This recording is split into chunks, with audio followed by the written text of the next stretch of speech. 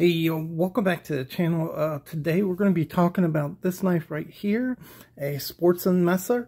That's German, translated to us as a fisherman's knife, and that is why we have a little cool happy fish here. That looks like a happy fish to me, maybe a drunk fish, I don't know, but a really cool looking one. It's a 4-layer Victorinox. We'll talk about that a little bit in the video, but there's a few videos of these out, and there's some things actually that nobody's ever told you about these knives, and I'm going to talk about that in the upcoming video. If you'd like to check out what that is all about, I welcome you to.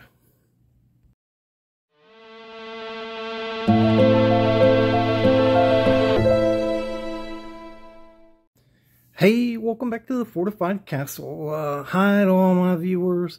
Apologize for not producing a lot lately. I've had a lot on my mind, and so some family issues there, death in the family and that kind of thing. I'm trying to get my head straight and get focused back on these knives to get them out to you. Man, Victorinox, that's what it's about, right? And these things are like the biggest rabbit hole in the world.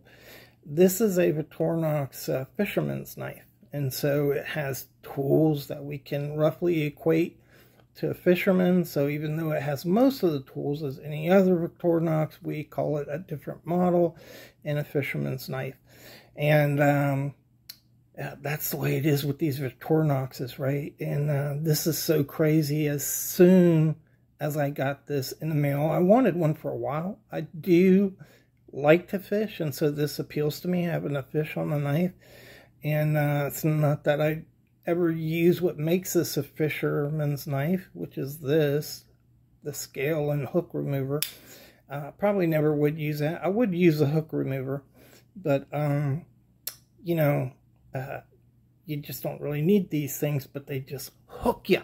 They dangle the lure in front of you like this, and then they put a little cool emblem on it, and man, they got you, and they're gonna reel you in, and that's the way it works with Victorinox. So we're gonna start off first by just going over this knife real quick. There's other videos talking about you know, the tools and accessories on this. I'm going to show them to you real quick. We're not going to go into them a lot. What we are going to go into is the history of this knife, something you don't hear often on YouTube, and so that's what we're going to talk about. Let's just take a look at the knife first, and then we'll get into the history. All right, for those that aren't familiar with Victorinoxes, we classify these things two main ways.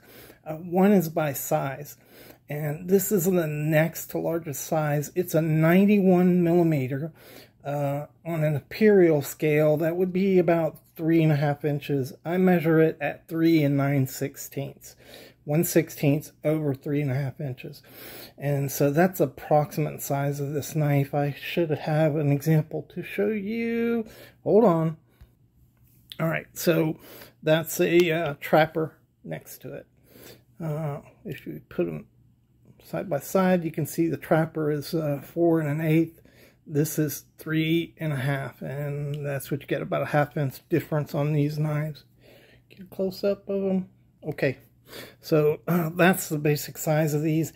The other way that they classify them is by the layer. So you see these dividers here, and like many multi-tool, multi-blade knives, they're layered like in a sandwich pattern. So here you see 1, 2, 3, 4. And so this is a 4-layer Victorinox, 91 millimeter 4-layer. That's the two basic categories that you would apply to this knife. So initially, Victorinox gave just number designators to designate the models on these knives. And eventually they started applying names. This is called a fisherman knife. And what identifies it as that is two things. One, you have this inlaid metal fish here. But actually, this isn't the best identifier because there are models of these that do not have the fish in it. What? Yes, that's true. And we'll talk about that in a little bit. That's the main identifier right there. This is a scaler and hook remover on here. That is why it's called a fisherman's knife. You have imperial scale on one side in inches, and on the other side you have the standard, easy to understand and read centimeters or millimeters. These are centimeters, and that's the basic designation of why this knife is a fisherman's knife. It's this descaler right here. You can see on the outside it has a normal pick here and the normal tweezers right there. So if you look at the first layer, it's a standard layer. That's your cap lifter screwdriver, wire cutter. And on the other side, you have the can opener, what do they call it? Pry bar function on this, and the little tab there you can use too. The next layer on this is a pair of scissors. Let me see how to access that. Just accessed on the other side. These are quite stout. So real nice pair of scissors there. That's the nice part of the 91 millimeters. You really get a good pair of scissors on there. And we'll talk about the scissors a little bit more and a little later. Next layer is your descaler hook remover. And the next layer is the main blade, which is all the way on the back here. Standard main blade on this. These are really nice. It's a good size blade. I like them. And what I really like is it also has the pen blade right there on the back layer. And I really like having a pen knife if I'm going to have a folding knife. On the back of this knife, you have a screwdriver, Phillips screwdriver, which will really come in handy. This does not have a pen in it. And you have an awl. And that is your basic fisherman's knife. Now, if you own one of these and had purchased it recently, you notice there's something missing on here, and that is the third blade on the back, which is the box opener or the hook blade. And that's because this dates much earlier. And so this is a vintage fisherman's knife, which that's kind of where I like to be, right? I like to be in the past in these vintage knives. If I'm going to get a model, I want to first get one of the oldest models that I can get a hold of. And red Celador scales on this. You see the Victorinox inlaid metal symbol, and down here Hofferitz, and we'll talk about that a little bit. And so we're gonna next talk about dating these things, and then we'll talk about what you don't know and what people haven't told you about this knife. All right, so this model of the Victorinox was produced from at least 1952 up until today, and possibly earlier than 1952. The Victorinox junkies, you know, this pops up in the catalog in 1952. So that's the base date for dating these model knives. The best way to date any knife is a tang stamp if you have a good tang stamp. And so you can see this tang stamp right here is a 4-line Victorinox Switzerland stainless rust free. On the back of this, the tang is marked with Officer Swiss, an umbrella, and a plus mark on it. And so that tang stamp would date this between 1976 and 1986. Easiest way to date one, but there's a lot of other ways we'll talk about real quick. So if you look up there right now, you can see that the 1960s to the 1976 tang stamp is a 4-line, but the reverse side is not marked with Officer Swiss. It's on another blade. If you look at this tang stamp, it's the one that's on this knife from 1976 to 1986. This tang stamp right here is from 1986 to 1996. The main difference is the B is taller than all the letters on the Victorinox, and that's those dates on that knife right there. And so another way that you can date these knives is by the tools that they have on them. You know, when did they come out with these tools, and then also the configuration of the tool itself, what it looks like. And so I just want to briefly go over that. When you look at this scissors here, there are a bunch of different models of scissors. If you look at, it's a screw scissors, and so they went to a rivet in the early 90s. And this is a screw, so it dates before the early 90s. In the 60s and 70s, this screw was 2.5 millimeters. This is a 3 millimeter, which helps to date this knife in the 76 to 86 range. And so even if you don't have a tang stamp, sometimes looking at the variations in these tools can help you to date the tool itself, the knife itself. And that's all I really wanted to say about that. So let's talk about what you don't know about this knife. And well, before we do that, let me go over this. This knife, if you can see that, it's Hoffritz, Hoffritz. Kind of hard to see. So I just got this knife. I'll be filling this in with silver paint. And that's what this originally had in it, silver paint. And Hoffritz was an importer that ran from 1932 to, I think, the early 90s. Yeah, around 1992, maybe 93. It went bankrupt, and then the name was bought in 95 from, I forget who bought it, but anyhow, it was a retailer of cutlery items, all kinds of different cutlery items.